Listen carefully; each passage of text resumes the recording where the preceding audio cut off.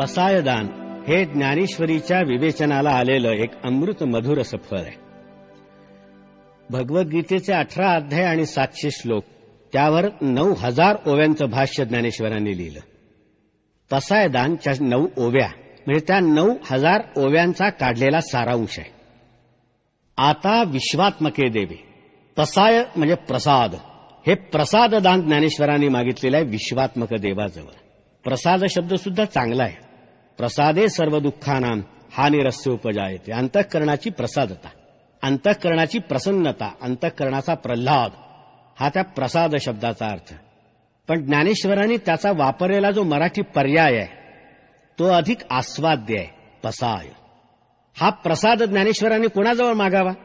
हा प्रसाद सुद्धा ज्ञानेश्वरीचा आरंभ ज्यांना अभिवादन करून ज्ञानेश्वरांनी केला त्या विश्वात्मक देवाजवळच ज्ञानेश्वरांनी पसायदान सुद्धा मागितलेलं आहे. आता विश्वात्मके देवे येणे वाग्यज्ञे तोषावे. इतके दिवसपर्यंत 9000 ओव्यांचा हा वाग्यज्ञ केला.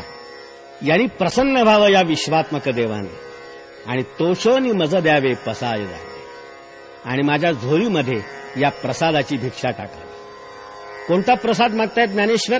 पहिला प्रथम त्यांची मागणी आहे, जे खलांची व्यंकटी सांडो.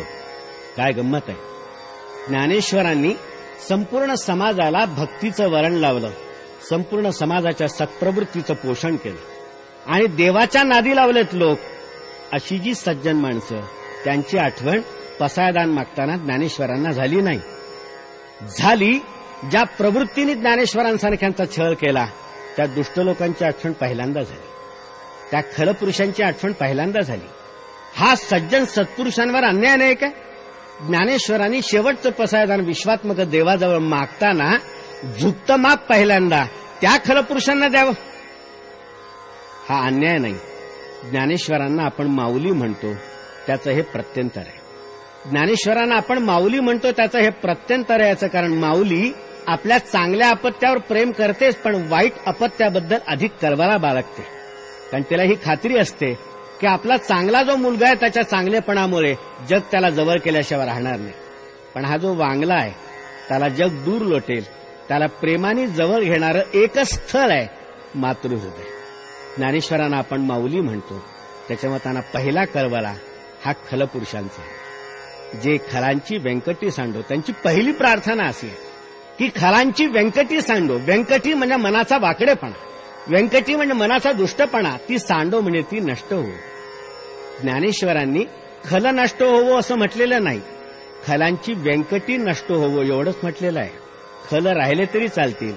त्यांचं खलत्व गळून खाली पडलं की त्यानंतर उरलेला जो मनुष्य आहे तो ज्ञानेश्वरांना स्वीकार्य आहे. याचं कारण नंतर त्या माणसाची देवत्वाकडे होणारी वाटचाल आपल्याला सुकर करता येते. ज्ञानेश्वरांचा माणसाच्या मूलभूत माणूसपणावर अत्यंत प्रगाढ अशा रीतीचा विश्वास आहे. म्हणून ते म्हणतात ते खलांची व्यंकटी सांडो. अहो खुद्द गीता ज्यांनी सांगितली तो गीतेचा प्रवक्ता भगवान कृष्ण आपल्या अवताराचं प्रयोजन सांगताना असं म्हणतो, यदा यदा ही धर्मस्य ग्लानिर्भवती भारत अभ्युत्थानम अधर्मस्य तदात्मानं सृजाम्यहम्. ज्या ज्यावेळेला धर्माला ग्लानी होते तेव्हा धर्माचं अभ्युत्थान घडवून आणण्याकरता मी जन्म घेईन आणि काय करीन? परित्राणाय साधूना आणि विनाशाय च दुष्कृतां. साधूंचं मी परित्राण करीन आणि दुष्टांचा विनाश घडवून आणीन. प्रत्यक्ष श्रीकृष्ण दुष्टांच्या विनाशाची भाषा बोलतो आणि त्याचा भक्त ज्ञानेश्वर फक्त दुष्टपणा नष्ट होण्याची प्रार्थना करतो. कारण ज्ञानेश्वरांना माहिती आहे की दुष्टांना नाहीसे करून जगातून दुष्ट प्रवृत्ती कधीही नष्ट झाली नाही. त्यामुळे दुष्ट प्रवृत्ती नष्ट होण्याची प्रार्थना ज्ञानेश्वर करतायत. दुष्ट राहिला तरी चालेल. जे खलांची व्यंकटी सांडो. कशी सांडेल त्याचीही रीत ज्ञानेश्वरांनी लगेच दुसऱ्या ओळीत दिली आहे. जे खलांची व्यंकटी सांडो ते या सत्कर्मी रती वाढो. त्यांना चांगल्या गोष्टींमध्ये, चांगल्या कर्मांमध्ये रती म्हणजे आवड वाढो. ज्ञानेश्वरांनी रती रुजो म्हटलं नाही, ते या सत्कर्मी रती रुजो म्हटलं नाही, रती वाढो म्हटलं. याचा अर्थ कितीही दुष्ट असला तरी त्याला सुद्धा सत्कर्मामध्ये रती असतेच असं या महात्म्यांनी गृहीत धरले. फक्त असलेली रती वाढो. चांगल्या गोष्टींबद्दलची आवड वाढली की वाईट गोष्टींकडचा ओढा आपोआप कमी होईल असा त्याचा सिद्धांत आहे. म्हणून तो म्हणतो जे खलांची व्यंकटी सांडो ते या सत्कर्मी रती वाढो आणि मग भूता परस्परे जडो मैत्र जीवाचे. एकदा दुष्टपणा नष्ट झाला आणि दुष्टांना सुद्धा चांगल्या कामामध्ये रममाण करून सोडलं की मग आपोआप जगातले सगळे जीव मात्र परस्परांवर प्रेम करायला लागतील. जगातल्या जीव मात्राचं परस्परांमधलं सख्य वाढावं असं स्वप्न ज्ञानेश्वर पाहतायत. जीव मात्रांचं पाहतायत, प्राणी मात्रांचं पाहतायत, केवळ मनुष्य मात्राचं नाही. ज्या काळात ज्ञानेश्वरांचा हा पसायदानाचा हा उद्गार आपण उच्चारतो त्या काळात खुद्द माणसाचाच माणसावर विश्वास उरलेला नाही. माणसाला माणसाबद्दल संशय आहे, माणसाला माणसाबद्दल अविश्वास आहे, माणसाला माणसाबद्दल दुरावा आहे, माणसाला माणसाबद्दल अकारण शत्रुत्व आहे. अशा काळात ज्ञानेश्वर संपूर्ण जीवमात्रामधलं मैत्र वाढीला लावण्याचं भव्य स्वप्न आपल्यासमोर ठेवत आहे. भूता परस्परे पडो मैत्र जीवाचे, दुरिताचे तिमिर जावो विश्व स्वधर्म सूर्य. दुरित म्हणजे पाप, याचा अंधार नाहीसा हो. पापाला त्याने अंधार म्हटलंय, याचा अर्थ पुण्याला उजेड म्हणायला पाहिजे. अंधार नाहीसा कसा होईल? सूर्योदय झाल्याबरोबर अंधार आपोआप नाहीसा होतो. अंधार नाहीसा करण्याच्या वेगळ्या प्रक्रिया नाहीत, अंधार नाहीसा करण्याचा वेगळा कार्यक्रम नाही. सूर्य प्रगट झाला की अंधार आपोआप नाहीसा होतो. दुरितांचे तिमिर जावं, जगातलं पाप नाहीसं व्हावं, जगातलं दुराचरण नाहीसं व्हावं, त्यासाठी काय करायला पाहिजे? विश्व स्वधर्म सूर्य पाहू. कोणता सूर्योदय ज्ञानेश्वरांना अभिप्रेत आहे? स्वधर्माचा सूर्योदय. प्रत्येकाला आपापल्या धर्माचं ज्ञान झालं, प्रत्येकाला आपापल्या धर्माचं भान आलं की तो स्वतःचं कर्तव्य बजावत राहील. आपोआप पापाचरणाकडचं त्याचा कल कमी होत जाईल. पाप कर्म हे माणसाचं स्वाभाविक कर्म नाहीये, हे नियत कर्म नाहीये. ज्ञानेश्वरांनी म्हटलंय विश्व स्वधर्म सूर्य पाहू. स्वधर्माचं ज्ञान आणि स्वधर्माचं आचरण हा सूर्योदय, आणि या सूर्योदयामुळे आपोआप पापाचा अंधार नाहीसा झाल्याशिवाय राहणार नाही. आपला धर्म ओळखणं आणि धर्माचं पालन करणं हे ज्ञानेश्वरांना अभिप्रेत आहे. आपला जो धर्म नाही त्याचं पालन करण्याचा मोह होणं हा परधर्म आहे. आणि गीतेने म्हटलं होतं स्वधर्मे निधनम श्रेयः परधर्मो भयावह. धर्म कसा ओळखायचा? धर्म कसा ओळखायचा? प्रत्येकाचा धर्म त्याच्या जन्मापासूनच त्याची सोबत करत असतो. बाई ही बाईच असते, पण ज्या क्षणी ती आई होते त्यावेळी तिच्यामधला मातृधर्म प्रगट होत असतो. त्याचं आचरण हे तिच्याकडनं अपेक्षित असतं. ते सोडून इतर कुठलाही मोह तिला झाला तर त्याला पापाचरण म्हणता येईल. आम्हाला जगातल्या दुरिताचा अंधार नाहीसा करायचा आहे आणि स्वधर्माकडची त्याची प्रवृत्ती आपल्याला वाढवायची आहे. दुरितांचे तिमिर जावं विश्व स्वधर्म सूर्य पाहू, जो जे वांछील तो ते लाहू प्राणी. केवढी भव्य अपेक्षा आहे, केवढी भव्य आकांक्षा आहे. जो जे वांछील तो ते लाहू प्राणी जात. ज्याला ज्याला जे जे हवं असेल ते त्याला मिळू शकेल. ज्ञानेश्वर असं आश्वासन आपल्याला देत आहे. जी कोणती तुमची इच्छा असेल आणि अभिलाषा असेल ते पूर्ण होण्याचं आश्वासन हे महापुरुष आपल्याला कशाच्या बळावर देत आहेत? त्याच्या अगोदरचा संदर्भ आपल्याला पाहायला पाहिजे. भूता परस्परे पडो मैत्री जीवाचे. भूतांना परस्परांबद्दलचं मैत्र उत्पन्न झालं तर ज्याला जे वाटेल ते मिळाल्याचा आनंद लाभल्याशिवाय राहत नाही. पण त्याच्या अगोदर परस्परांमधलं मैत्र वाढायला पाहिजे. त्यामुळे आपोआप तुमचीही वृत्ती विशाल होते आणि ज्या गोष्टी आपल्याला मिळायला हव्यात त्या इतरांना मिळाल्या तरी आपल्यालाच मिळाला इतका आनंद तुम्हाला होतो. ही वृत्ती विशाल करणं हेच या पसायदानाचं मूळ उद्दिष्ट आहे. वर्षच सकळ मंगल. ज्ञानेश्वरांनी त्यानंतर असं दिव्य दृश्य आपल्यासमोर उभं केलेलं आहे. वर्षत सकळ मंगली ईश्वर निष्ठांची मांदी आली. संपूर्ण जगावर मांगल्याचा वर्षाव करणारे, संपूर्ण जगावर कल्याणाचा वर्षाव करणारे असे ईश्वरनिष्ठ लोक दाटी वाटीनं उत्पन्न होवं.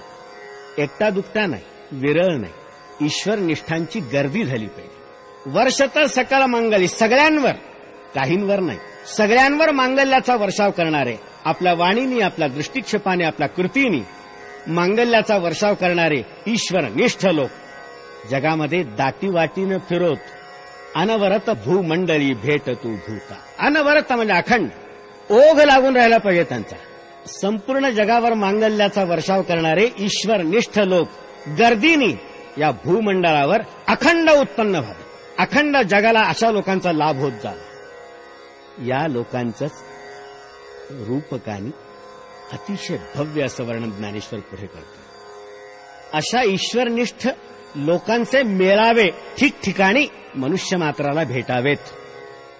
अशी ज्ञानेश्वर आकांक्षा का उत्पन्न करतात?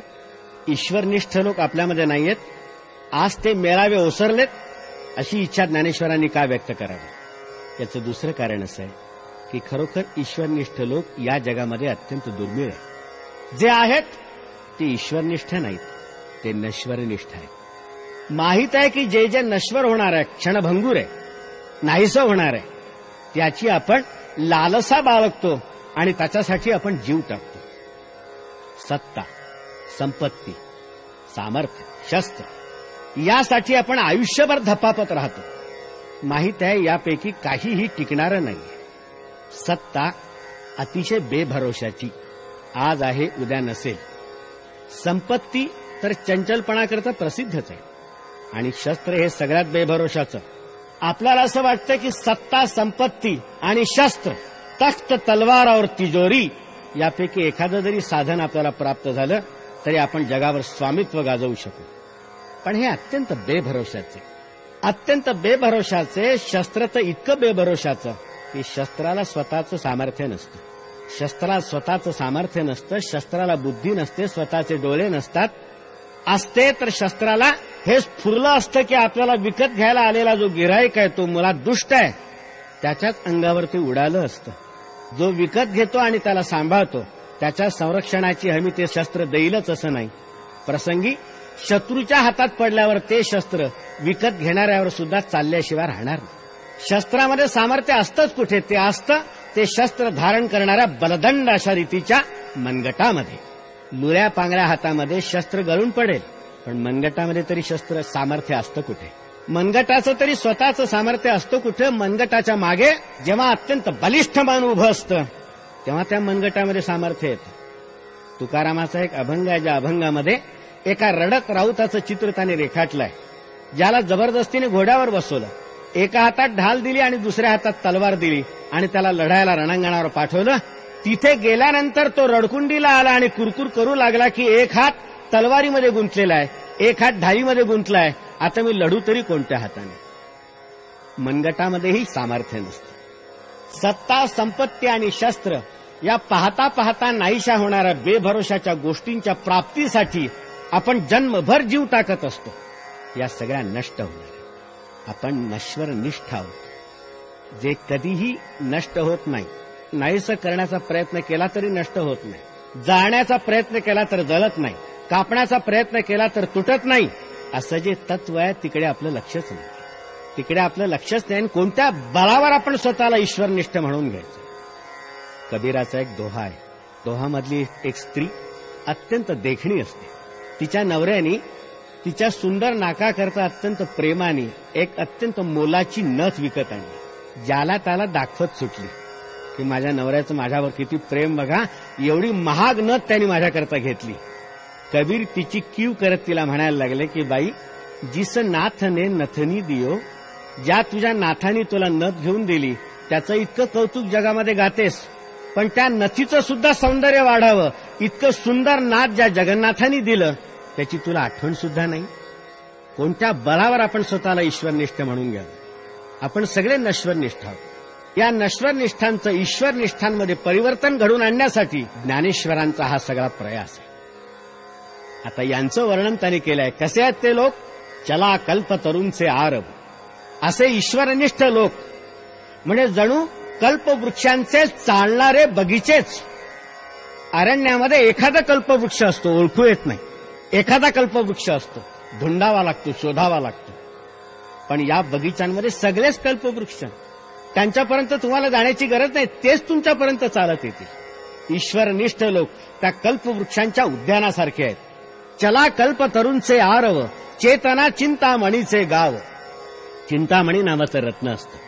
जसं कल्पवृक्ष मनात आलेल्या सगळ्या कल्पना न सांगता पूर्ण करतो, तसं चिंतामणी नावाचं रत्न मनातल्या सगळ्या चिंता न सांगता दूर करतो.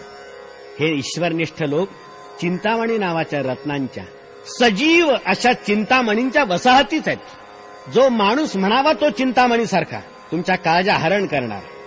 चला कल्पतरूंचे आरव, चेतना चिंतामणीचे गाव, बोलते जे अर्णव पियुषाचे. आणि हे अमृताचे बोलते समुद्र, यांच्या तोंडातून जे उद्गार निघतील ते अमृतासारखे मधुर.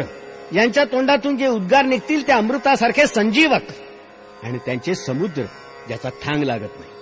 हे अमृत कधी संपण्याची भीती नाही. वार्षिये वीण सागरू जले जैसा निरुपचारू. ज्याप्रमाणे कितीही दुष्काळ पडला पाण्याचा तरी समुद्र आटण्याची भीती नसते. हे तर अमृताचे समुद्र आहेत. कोणत्याही परिस्थितीमध्ये हे अमृत कमी होण्याची शक्यता नाही. बोलते जे अर्णव पियुषाचे चंद्रमे जे अलांछन. हे चंद्रासारखे आहेत, पण चंद्रावर लांछन असतं, ज्यांच्यावर एकही लांछन नाही. हे पूर्णपणे निष्कलंक चंद्रासारखे. यांची प्रभा सर्वांना सुखद अशा रीतीचा आल्हाद दिल्याशिवाय राहणार नाही. मार्तंड जे तापहीन प्रखर अशा रीतीचा प्रकाश आहे यांचा मार्तंडासारखा. पण मध्यान्नीचा सूर्याचा ताप असतो, यांचा तसा ताप नाही. तेजपुंज आहेत, पण ताप नाही, त्रास नाही दुसऱ्या कोणाला. ते सर्वाही सदा सज्जन सोयरे होत. कसे आहेत ईश्वरनिष्ठ लोक? सदा सर्वांना सज्जन आणि सोयरे होणारे आहेत. ज्ञानेश्वरांनी शब्द अत्यंत काळजीपूर्वक वापरले आहेत. ते कधी कधी काही काहींना सज्जन सोयरे होतो असं म्हटलेलं नाही. सगळ्यांनाच नेहमीच सज्जन सोयऱ्यासारखे होतील, आप्तांसारखे होतील. ज्ञानेश्वरांनी शब्द सुद्धा काय वापरलाय? सज्जन सोयरे. तुमचा माझा अनुभव असा असतो की जो सज्जन असतो तो सोयरा बनण्याची आशा नसते. जे सोयरे असतात ते क्वचितच सज्जन असतात. पण ज्ञानेश्वरांनी असे आप्त आपल्याला मिळवून दिलेले आहेत की जे अखंड सज्जन असतात आणि सगळ्यांनाच आपल्या सौजन्याचा सदैव लाभ देत असतात. किंबहुना सर्वसुखी पूर्ण होऊन तिन्ही लोकी भजी जो आदि पुरकी अखंडित. सर्व प्रकारच्या सुखांचा लाभ होऊन तिन्ही लोकांमध्ये परिपूर्णतेचा अनुभव घेत जो आदि पुरुषाची अखंड उपासना करतो. अशांचं चित्र ज्ञानेश्वरांनी आपल्यासमोर उभं केलेलं आहे. ही एक आदर्श समाज व्यवस्था ज्ञानेश्वरांच्या प्रतिभेने आपल्यासमोर शब्दांनी साकार केली. ज्याला कोणाला जेव्हा केव्हा आदर्श समाज रचना निर्माण करायची असेल त्यासाठी पसायदानाच्या रूपाने ज्ञानेश्वरांनी एक नीलचित्र उपलब्ध करून दिलेले आहे. त्यानुसार आपल्याला करता येईल. ज्ञानेश्वरांनी हे भव्य स्वप्न आपल्या डोळ्यासमोर पाहिलं आणि 700 वर्षापूर्वी रेखाटून ठेवलं. 700 वर्षापूर्वी रेखाटून ठेवताना प्रश्न असा विचारला, हा होईल दान पसावं? हा दानप्रसाद खरंच होईल? इतका चांगला समाज खरोखर अस्तित्वात येईल? निवृत्तीनाथांनी विश्वेश्वराच्या वतीनं उत्तर दिलं, होईल. आणि ते उत्तर ऐकून ज्ञानेश्वर सुखिया झाला, संतुष्ट झाले. या घटनेला आज 700 वर्ष पूर्ण झालेली आहेत. हे पसायदान ज्ञानेश्वरांनी नेवाशाला त्यांच्यासमोर ज्ञानेश्वरी ऐकण्याकरता जो समुदाय बसत होता त्याच्यापुरतं मागितलेलं नाही. हे पसायदान त्यांनी आळंदीच्या लोकांपुरतं मागितलेलं नाही.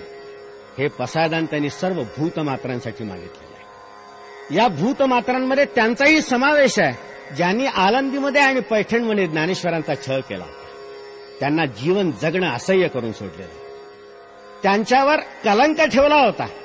आईबापाच्या बलिदानाचं प्रायश्चित्त घेऊन सुद्धा ज्यांच्यावर ब्राह्मण्याचा संस्कार करण्याचं नाकारलं होतं, साधा मनुष्यपणाचा सुद्धा अधिकार त्यांचा हिरावून घेतलेला होता. एवढा मोठा अन्याय ज्या लोकांनी केला त्यांच्याही करता ज्ञानेश्वरांनी हेच पसायदान मागितलेलं आहे. एवढं थोर अंतःकरण असलं पाहिजे ज्ञानेश्वरांचं. आपल्या लक्षात येईल, जगाने ज्ञानेश्वरांच्या हातामध्ये विषाने भरलेला प्याला दिला.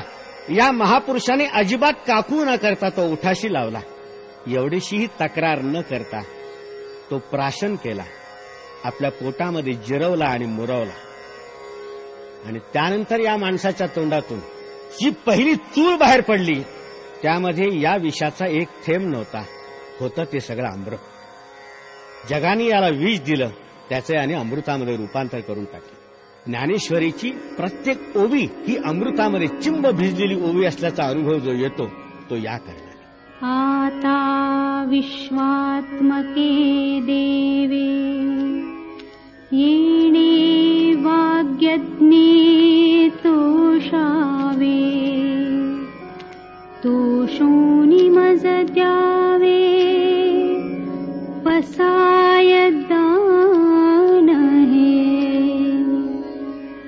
जे खळांची व्यंकटी सांडो तया सत्कर्मी रती वाढो